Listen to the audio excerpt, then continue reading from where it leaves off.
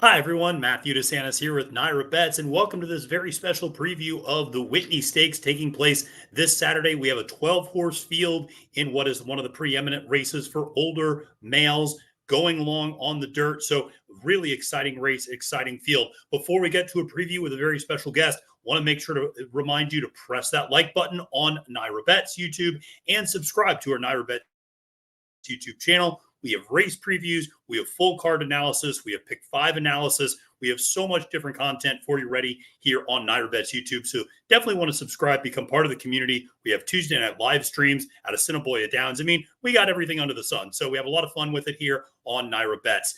Listen, wanted to bring out the big guns for the Whitney preview and wanted to bring on someone who I have to give him a huge thanks for doing this because he's been dodging raindrops, I think, all day here at Saratoga, and might be the only person with better hair than me in all of NYRA, and that is Jonathon Kinchen. Jonathon, thank you so much for joining me, man. Really appreciate it.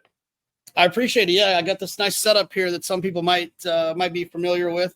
If you ever watch Saratoga Live, just came to the paddock set here, and yeah, it's been a nice day so far. Dodging the rain to a certain extent, but I'd rather dodge it today than later in the week. Absolutely. We look to have really nice weather later in the week. Thursday and Friday look beautiful. Saturday, maybe some scattered storms, but like I said, really nice weather on Thursday and Friday. So track conditions should be good. But listen, we got a big field this week. We got the Whitney Stakes, and it is a 12-horse field. You can see up here on the graphic, we're on 1 1/8 miles for 4-year-olds and up. It is a grade one. Important to point out, there are only 2 grade one winners in this race, the favorite National Treasure and the third choice Bright Future. Jonathon, I'll kick it over to you to maybe talk a little bit about National Treasure here, your morning line favorite, 3-time grade one winner. I feel like he's a horse people try to beat and overthink sometimes, and yet he kind of keeps proving people wrong, and he's a very good horse when he gets out on the front end. Interested in your thoughts on him in this particular race. Yeah, he's funny because I was very underwhelmed by National Treasure when he was a 3-year-old, right? Like I was kind of, his Preakness was just like whatever. He got loose, Mage didn't really fire, but he kind of reminds me a lot of a horse like Gunrunner or like Frosty, where he was a pretty good 3-year-old, but able to grow up now. He's a pretty special 4-year-old, right? His Pegasus performance was impressive and fast. His Met Mile was impressive and fast. And I love the horses that try to run in that Met Mile and then show up in the Whitney. I think he's got a lot of potential, a lot to offer on Saturday. I think he's going to be really hard to beat. I think there's some interesting horses that you could talk about to kind of spice things up, but I wouldn't be cutting in line trying to beat National Treasure in this Whitney.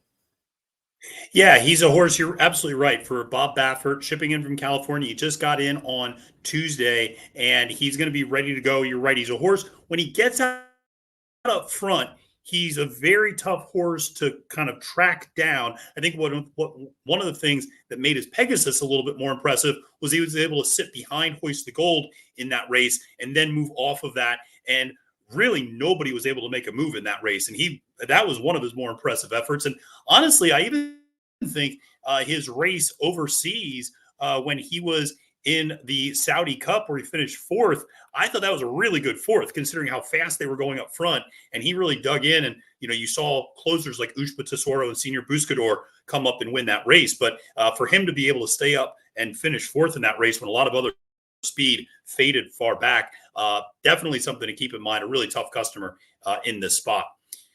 So one of the other horses that I was interested in getting your thoughts on, and it was one that I saw about a month or so ago, this Bright Future at 5-1. This is a horse that, is the only other grade one winner in the field and came back from a pretty significant layoff, ran in the Salvatore Mile.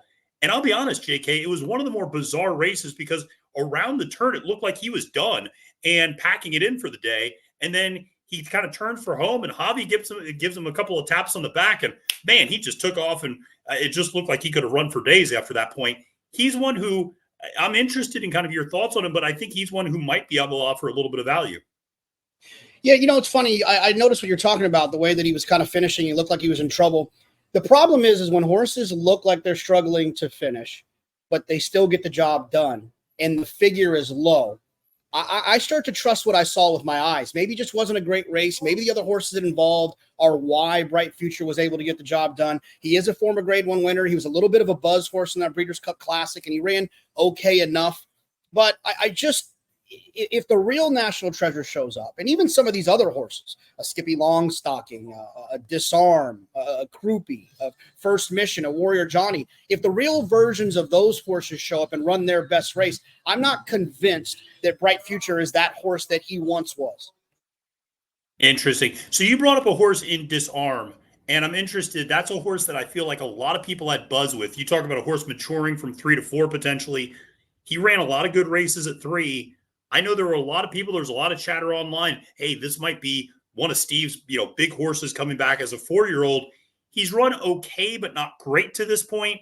He kind of inherited a very slow lead in that first start off the bench in 2024. Last time was chasing a little bit more. 15-1, a really big price, but he's a horse who has some big numbers to run back to for sure. Well, I loved his Travers last year. And just like I said at the top with National Treasure, that frosted gunrunner effect, where you allow these 3-year-olds to grow up and turn into 4-year-olds, sometimes they can go from being good horses to great horses. I was hopeful that Disarm was going to be one of those horses that was going to end up kind of turning the corner. But, his allowance race was slow. And then I was disappointed in a Stephen Foster, where I thought he was going to run a lot better. So, did he need those 2 races? Did they have to make some adjustments? Is the real Disarm going to show up? The problem is those last 2 performances, nothing about them suggest that what I thought turning the page to his 4-year-old year, what I thought was going to happen, none of those 2 races have suggested that there's something hidden for him to turn around. He's going to have to beat me in here. I wouldn't be shocked, but there's no way I can use him based on what he's shown me so far this year. Yeah, no, I couldn't agree with you more, and I'm absolutely in agreement. There was nothing in those 2 races that made me that enamored with him in this particular spot.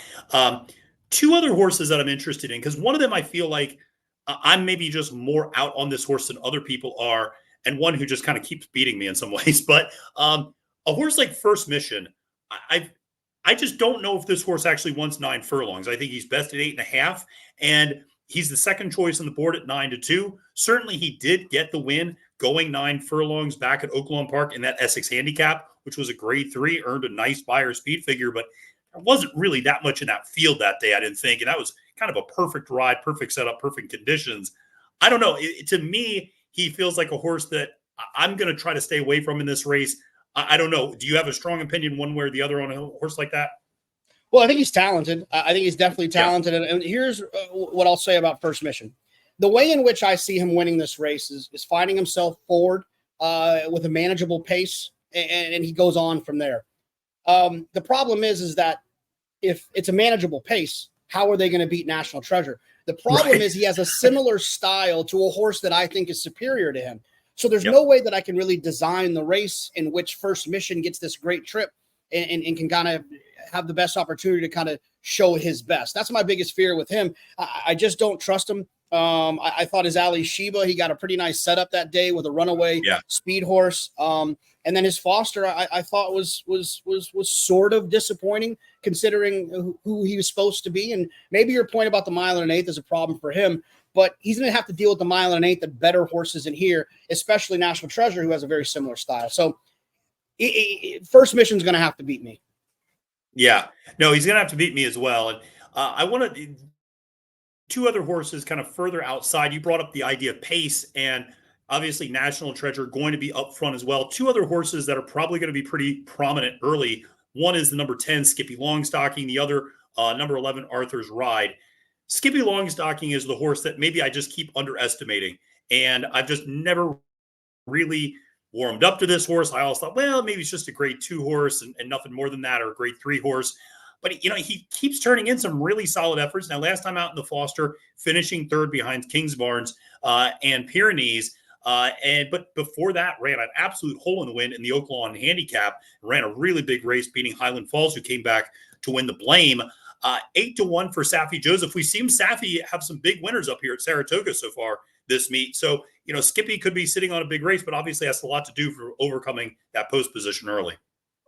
Yeah, to me, Skippylongstocking is a grade 3 plus horse and a 3rd place, 4th place, superfecta, trifecta, round out grade 1 type.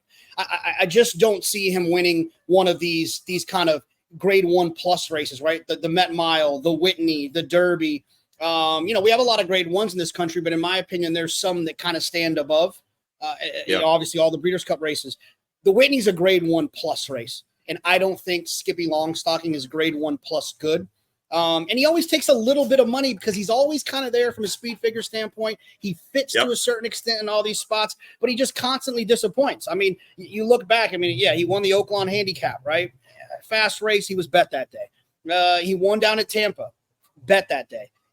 He won at Charlestown, bet that day. He's not beating these horses when he's 5, 6, 7 to 1.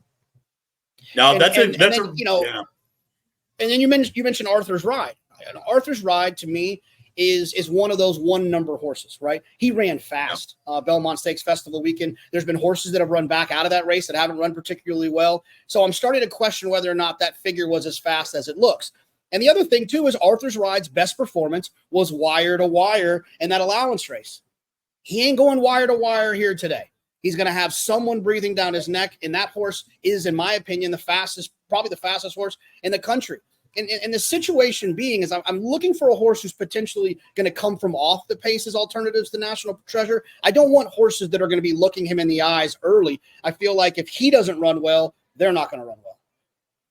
Yeah, no, I agree with you there. And I think Arthur's Ride, you bring up just the horses coming out of that race. What I'll say is we've seen some big figures from that Belmont Stakes at Saratoga weekend, just across the weekend in general, come back maybe a little bit slower second time out, and not just that specific race. So I think that's something people need to keep in mind when they see, Baby Yoda, we just saw the other day, ran a huge figure and then came back with a little bit of a slower effort, obviously, in the Alfred G. Vanderbilt. You mentioned a horse coming from off the pace potentially. A horse like Crupi is one that comes up from off the pace. I'm interested. Is there another off the pace runner that you kind of have circled as maybe if National Treasure doesn't fire his A game, this is the horse that might be able to take advantage of it? Yeah, I'm really excited about Warrior Johny, right? He's got a race over the track already this summer. He ran extremely well. He was rateable with Joel Rosario. He had a great trip by Joel. I don't usually like playing horses off of wins with great trips, but this horse is going to be ignored, right? He's going to be 20 to 1 or more, or at least around that area. Joel off, so people are going to look to that too as well. And you get Tyler. I just think that Phil Bauer does an outstanding job. I think that Phil Bauer's a good handicapper too, seeing the race and coming up with a plan. I think he'll take back, make one run, and if the other horses get a little bit tired from battling on the front end, this is the closer I want. I don't necessarily have a problem with Crupi. I just think Crupi's a little bit dressed up based on that marathon race he ran against Next last time. I just worry maybe he's just a little too plotty for this group. No matter even if it does fall apart, I still think he might be up against it from a style standpoint. Yeah, I think Crupi is one of those that reminds me more of like a mile and a quarter horse and mile and 3/8. I just feel like he's one who can run for a long time, but it doesn't necessarily. I don't necessarily love him in this spot either at 15 to 1, going a mile and 1/8. That's an interesting choice about Warrior Johny. And one of the things I'll say, this is a horse that's just been progressively getting faster and faster and faster this year, to the point that you made about Phil Bauer and the job that he's doing with this horse. So listen, it's a full field. It's going to be a fun race. From a pace dynamic, you can expect National Treasure up front, but as you mentioned, First Mission is going to want to be forward. Skippylongstocking is going to want to be forward. Arthur's Ride is going to want to be forward.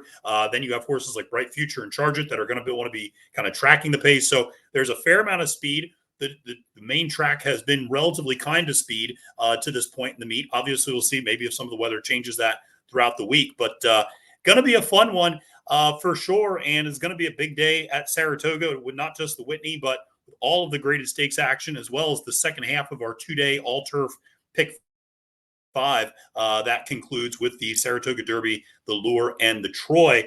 JK, appreciate you popping on before you go to Saratoga Live. I know that's where everybody can find you, but you're one of the hardest working men in horse racing. So what else are you doing? Are you doing Talking Horses this week? I'm sure you got stuff with In the Money and all that good stuff. Yeah, Talking Horses on Fridays for the remainder of the summer, so I get to spend some quality time with our friend Andy Serling.